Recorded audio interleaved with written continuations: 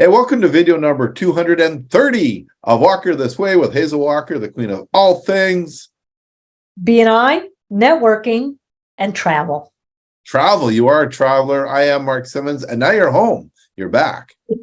I am back again. The haze is back. Had a good trip?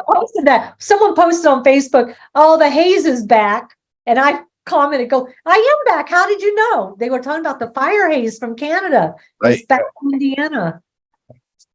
Blame Canada. We need to build a wall. Yeah, we're going to need a bigger wall. No. All right. So Hazel, lots happened since you've been away. I know. Life's gone on, but there's a lot happening, especially in our world, our BNI world.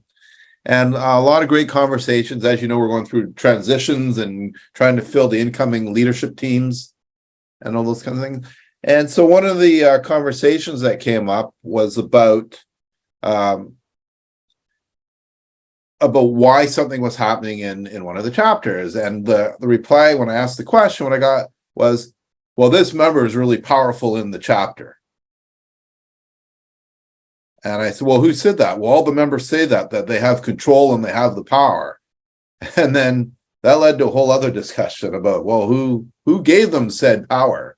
Did they take it or did you all let them have it? Yeah, exactly. You can't get power unless people give you power. You can't have power over what I'm doing unless I give you that ability. Yeah. Right. And that is a conversation I've actually had. I have that conversation quite often with people who will come to me and say, so-and-so is a bully. Mm-hmm. I go, okay, well, why are you tolerating bully behavior? You're adults. Adults can speak up for themselves. It's not like when you're a little boy or a little girl and you're being bullied by an older adult or they have less power, but you're an adult and you're equal with everybody. Right. Everybody. You're equal with everybody. So if they're being a bully, my question would be, what are you doing about it? Why are you giving them the power to be bullying people in the groups? And that's the same thing, right? It's the same thing that's happening. So if you feel like someone in one of your BNI chapters, or maybe even on a committee, is looming power over you, you need to have a conversation about why that is. Why are we tolerating that behavior from that person? And quite often what I hear and recently heard was, well, they bring in the most business.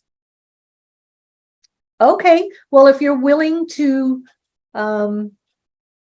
subject yourself to a bully because you want money, well, then I don't know what to tell. I can't fix it for you. Yeah. Right? Another person can't fix it for you. You have to stand up to people who think they have power. Yeah. Right? You need to ask the question in the chapter. Why? Mm-hmm. Why does this person have the power? Why are we making exceptions for one over another?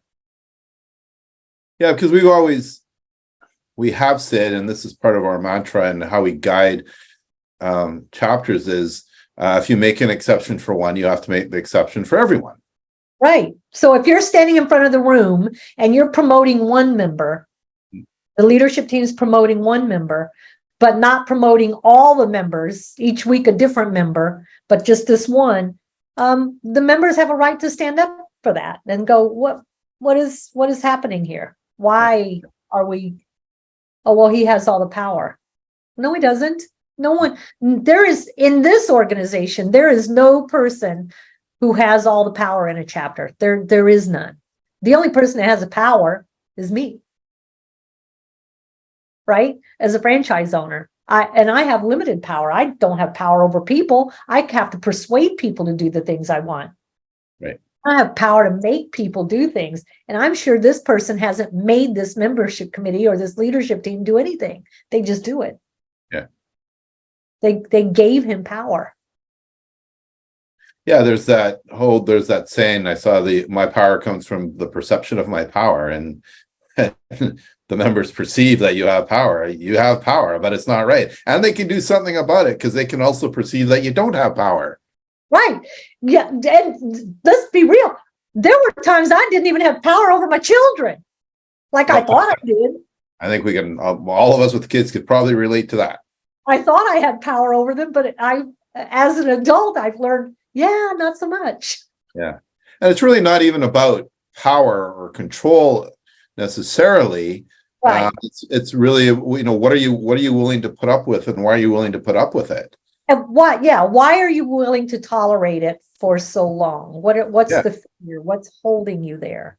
I know there's certain members in chapters that for years I've been hearing from all the new leadership teams, vice president membership committees about the same member over year after year after year after year after year. But no one's willing to do anything about it because they say, I'm scared, or it's going to kill our chapter, or it's going to, they make up these stories about things it's going to do. And the reality in the end is it does nothing.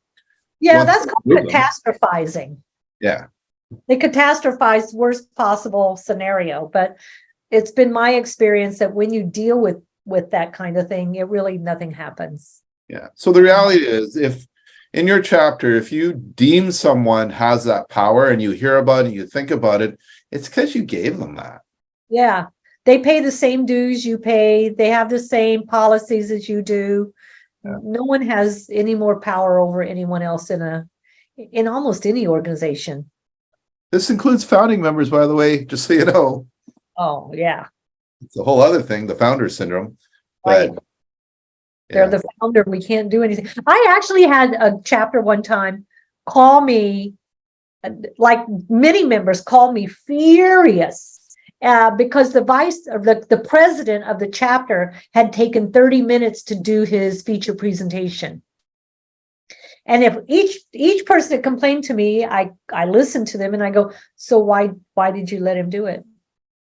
The membership committee even, why did you let him do it? Well, because he's the president.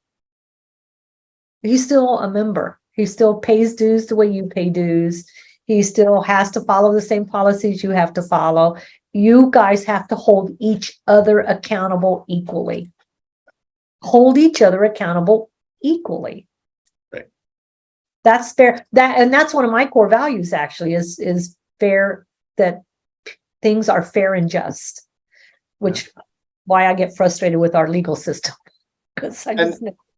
If you come across a member who your chapter's struggling with, and they perceive to have power, and there's something they're doing, and the membership committee decides to stop it, member may threaten you and say, well, if we do that, I'm going to leave. All you need to say to them is this: just let us know what your last day is. Is it? Don't get in conversations. That's all you need to say, and move on. Run your chapter, run the business. And my experience is, if they're really making money, they don't. They don't leave. Yeah. They don't. They're just taking the power that you have allowed them to take. So my question is, and the song comes to my mind, I want to sing it so bad. I've got the power. I've got the power. I just sang it sort of. Is if you're thinking I got the power, ask yourself, well, do I really? Right? Do I really have power? Yeah. That's what we're going to title this one. Right. Because really we're an organization that's about collaboration, not about power. Right. 100%. All right. So if hopefully for some of you, if you have sort of these struggles going on in your chapter, this eases your mind and you know you have options, there's things you can do. But in the end, if you accept it, you got what you got. Yeah. Work with your membership committees. Work with the membership committees and your consultants on it. Yep. All right, Hazel Walker, welcome back. Thanks. I am going to lose power. Here we go. Till next time, Hazel Walker. Bye.